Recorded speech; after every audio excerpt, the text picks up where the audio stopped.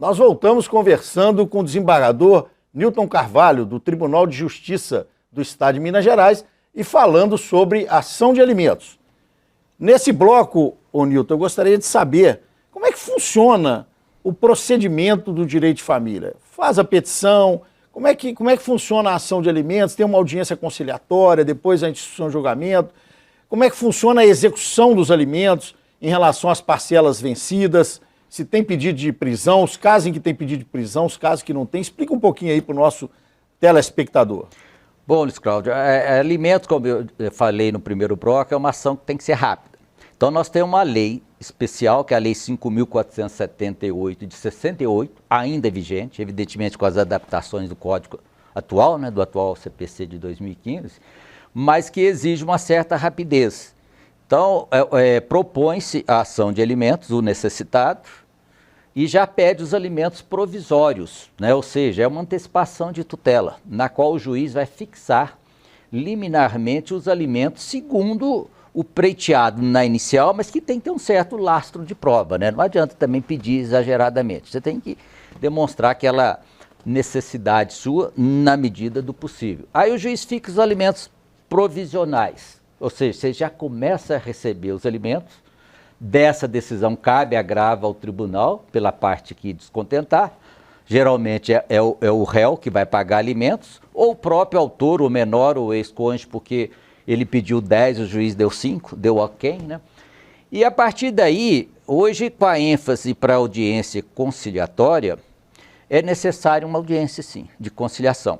Eu acho até que o juiz deveria, antes de fixar os alimentos provisionais, marcar uma audiência. Porque depois que ele fixa, vai dificultar o acordo. A parte vai se contentar, vai achar que vai ser aquele valor. Mas para ele fazer isso, ele deveria marcar uma audiência no máximo dentro de 20 dias, né? Porque a parte tem o direito dos alimentos provisórios. Então aquele juiz rápido deveria, antes de fixar os provisionais ou provisórios, há uma discussão nessa terminologia, mas é a mesma coisa na prática, e a partir daí, marcando a audiência, não havendo acordo, fixaria, né? Mas fixado esses alimentos, tenta uma conciliação, se não houver, já vai para uma audiência de instrução e julgamento. Por quê? Dentro dessa rapidez, as partes já levam testemunho, o juiz já colhe e já decide. Da decisão cabe também apelação ao Tribunal de Justiça. Então, na sentença, o juiz ou vai manter aqueles alimentos provisórios já fixados logo no início, ou vai aumentá-los, né? Dependendo já da colheita de prova, que são todos os meios de prova. É muito comum quebra aí de sigilo fiscal, bancário, né? Porque geralmente a parte credora de alimento, considerada nessa relação jurídica a mais fraca, não sabe tudo o que tem, né? Qual que é o rendimento. É muito comum no Brasil a mulher não saber o rendimento do marido, então precisa de uma quebra de sigilo fiscal, de sigilo bancário, e o juiz faz essa quebra diante dessa necessidade. E a teoria da aparência também é muito importante hoje, né? Aquele que ostenta uma riqueza nas mídias sociais, ele acaba fazendo prova contra ele mesmo também, né? Porque ele demonstra uma condição econômica de acordo com o padrão de vida que ele demonstra, né? E lembrando a todos que, evidentemente, para entrar com a ação, né, precisa de um advogado constituído, ou, se for hipossuficiente economicamente, de um defensor público, né, para que possa ajuizar a ação. Em relação à execução, o juiz fixou na sentença os alimentos. Se o réu ou a ré não pagam a pensão alimentícia, como proceder? Fixado na sentença ou até mesmo os provisórios, já cabe a execução. Aí compete ao credor de alimentos escolher execução com penhora ou execução com pedido de prisão. A maioria, porque nós somos um país pobre, a execução que surte efeito é a execução com pedido de prisão. Então, até os 3 meses de vencimento dessas prestações, você pode executar.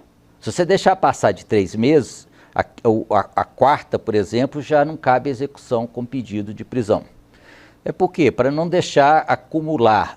E já que os alimentos são urgentes, se você não preiteia de imediato, fica esperando, está demonstrando que você não precisa, né? Então, é bom saber isso, executar sempre as 3 últimas. Nada impede que o primeiro mês já execute, que é um mito que eu tenho que esperar os 3 meses, não, né? Venceu hoje, amanhã eu já posso executar com pedido de prisão. Executado, as parcelas vencidas no curso dessa execução estão incluídas no valor devido. Aí o réu é citado, tem o prazo de 3 dias para justificar. Entendo eu que o juiz tem que marcar uma audiência, né, para ele provar que não pode pagar. Agora, se não comprovar, prisão pelo prazo de 60 dias. Houve até uma discussão, porque o atual código, no 527, parágrafo 3º, fala que é de 1 a 3 meses. Só que já no anterior também falava de 1 a 3 meses no 723. Só que prevalece aí o artigo 19 da Lei de Alimentos, que fala de 60 dias. E se você olhar lá na disposição final transitória do CPC, eles não revogaram o artigo 19 da Lei de Alimentos. Se tivesse revogado, eu não teria dúvida nenhuma, que era até 3 meses. Mas como não revogou, a prisão no Brasil do devedor de alimentos é até 60 dias. Mas não precisa se preocupar não, porque eu que decretei inúmeras prisões, no dia seguinte, geralmente, o executado paga. Tem uma eficácia muito grande esta prisão do devedor, né, para fim de receber os alimentos. Então, e tem ineficácia justamente por isso, porque a maioria dos devedores não tem bens. Mas não ter bens não significa que eles estão impossibilitados de pagar alimentos, né? Eles vão ser executados com pedido de prisão. Se não comprovar a impossibilidade, prisão por 60 dias. Mas a verdade é que a pandemia, indiscutivelmente, afetou a vida de muitas famílias, né? Sim. E dentre elas a questão econômica.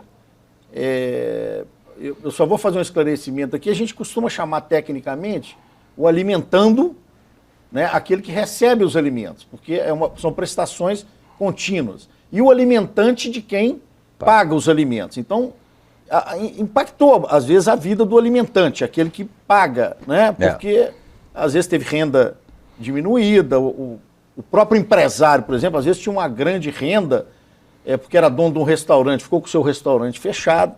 Então, lembrar sempre que ele não pode parar de pagar, né, Nilton? Ele teria que fazer uma ação de revisão de alimentos e mostrar essas provas para o juiz de que efetivamente a vida financeira dele sofreu uma alteração depois da pensão acordada ou fixada pelo juiz. Como é que funciona a ação revisional? Quais são os elementos? E essa ação revisional, ela passou a ter uma importância grande nesse momento pós-pandêmico, né? Sim, você falou bem. Não pode o pai deixar de pagar alimentos, porque o filho sempre vai precisar. Não pode o ex-marido ou a ex-mulher deixar de pagar alimentos, porque o outro sempre vai precisar. Evidentemente, nós falamos no binômio necessidade e possibilidade. Como os alimentos são prestações diferidas ao longo do tempo, se há oscilação nesse binômio, por exemplo, se eu não posso mais pagar porque eu perdi o emprego e consegui um com valores com remuneração menor, eu tenho que entrar com a ação revisional. Portanto, eu também posso pedir uma antecipação de tutela para o juiz já de imediato diminuir os alimentos, diante da minha possibilidade naquele momento. Então a revisional pode ser tanto para o credor, né, que vai querer aumentar os alimentos, porque a necessidade dele aumentou, como para o devedor, que vai querer diminuir os alimentos, porque a possibilidade dele diminuiu, seja porque aposentou, seja porque perdeu o emprego, e a perda do emprego por si só não é também caso de exoneração ou suspensão de alimentos, porque você tem aí fundo de garantia, você tem aí demissões voluntárias, cada caso tem que ser analisado.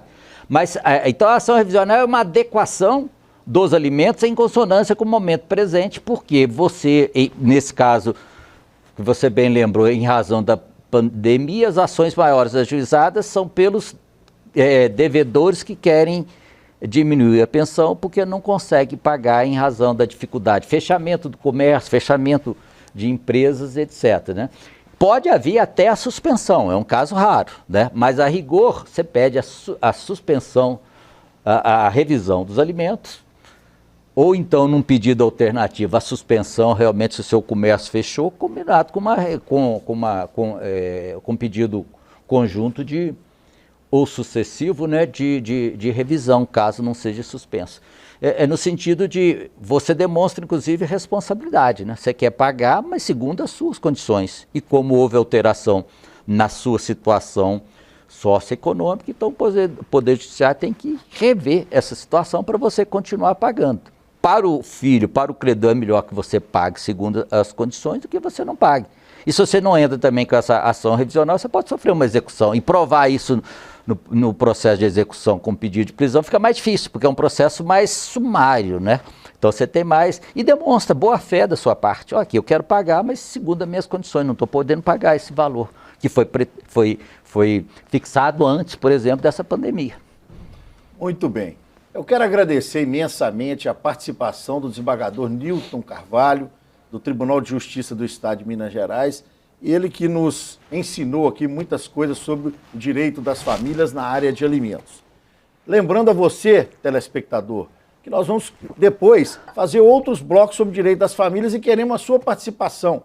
Faça perguntas, né, para que nós possamos aqui participar de forma mais contundente em relação ao tema que você escolhe.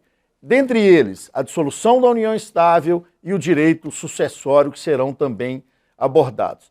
Nilton, qual o recadinho que você daria aí para os nossos telespectadores em relação à conciliação nos alimentos, a importância da conciliação para todos, para que essa família, mesmo havendo a ruptura parcial aí, possa entender, né, principalmente em relação à paternidade, né, que ela é para sempre, né? O que a conciliação é fundamental, porque significa que as partes saem da audiência em paz e que eles mesmos construíram, né, aquele acordo e que, portanto, vai ter mais efetividade. Um acordo feito em audiência, essa conciliação, evita essas futuras execuções, porque as partes de comum acordo e segundo a sua possibilidade e a sua necessidade, vão firmar aquele pacto que, portanto, vai ser bem mais garantido do que uma decisão imposta pelo juiz, que nem sempre, às vezes, observa todos os fatos, né, que as partes podem considerar. Na área de família, a mediação, a conciliação, esses métodos autocompositivos, são de fundamentais importância. Por quê? Porque evita esse litígio eternizando, e eu tenho dito, né, embora o Conselho Nacional de Justiça tenha um entendimento contrário, mas não tem dúvida nenhuma que na área de família, principalmente a conciliação, a mediação, tem que ser feita com a presença do advogado, que vai legitimar esse acordo, e porque tem artigo expresso lá nos procedimentos especiais de jurisdição voluntária, assim exigindo. Então, que me desculpe o Conselho Nacional de Justiça, mas ele está agindo contra a lei, e isso não é muito legal. Eu queria dar um abraço a todos os telespectadores e agradecer mais uma vez o desembargador Nilton Carvalho. Um abraço a todos.